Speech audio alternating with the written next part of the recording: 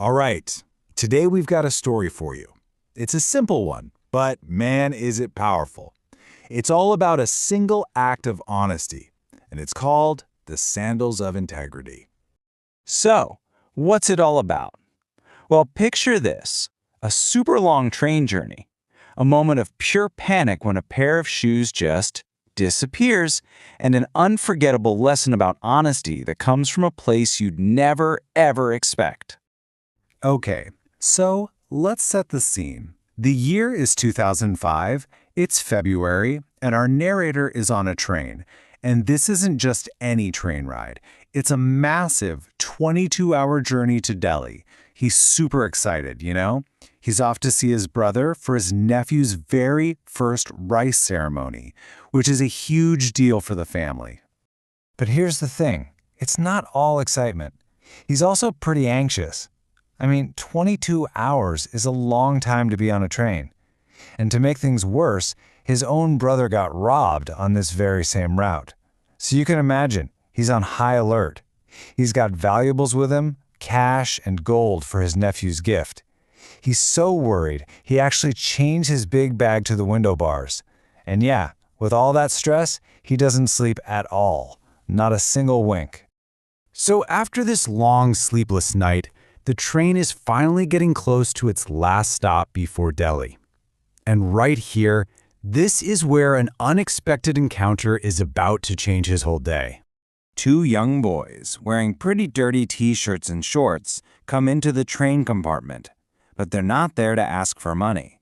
Instead, they just pull out these little brooms and start sweeping the floor, cleaning up all the mess. And this is a really important moment.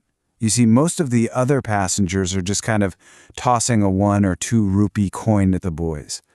But our narrator, he sees something different. He's really impressed that these kids chose to work, that they had this dignity about them. So he's moved, and he gives them a 10 rupee note, which was a lot more generous. Okay, so the train is finally pulling into the station. He starts getting his bags together, probably feeling so relieved that this whole anxious trip is almost over.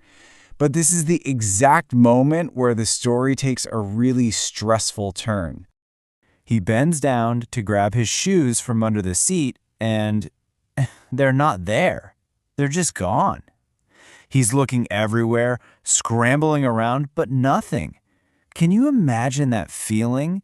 After 22 hours of guarding his bag like a hawk, the one thing he wasn't even thinking about, his shoes, are just gone. So what can he do? He has to get off the train barefoot. So there he is, just standing on this crowded, chaotic platform in this huge city, totally helpless. He has no idea what to do next. Then, right in that moment of panic, he sees them, the two young sweeper boys, and he decides to take this huge chance. He calls them over, quickly explains what happened, and then he hands them 300 rupees. So let's just break this down for a second. He's totally stranded, right? Barefoot on a crazy busy platform. Then he spots those two kids, the ones he admired for working instead of begging. And he makes this split-second decision. He hands them a pretty big chunk of cash and just asks them, two total strangers, to run and buy him some sandals.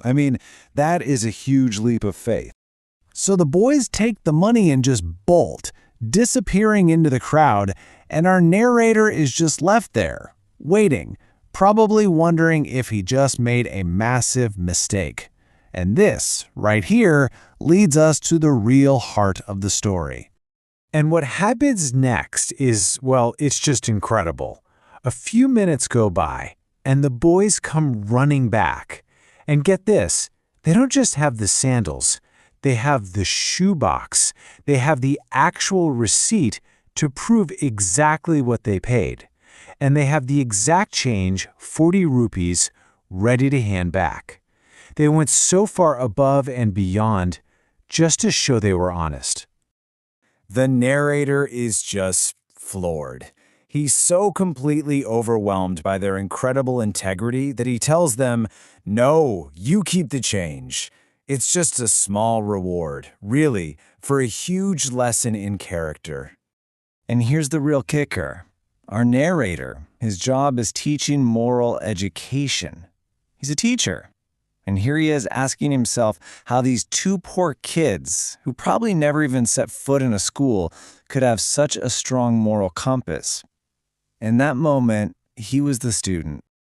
You know, what those boys showed was perfect integrity. It's more than just being honest.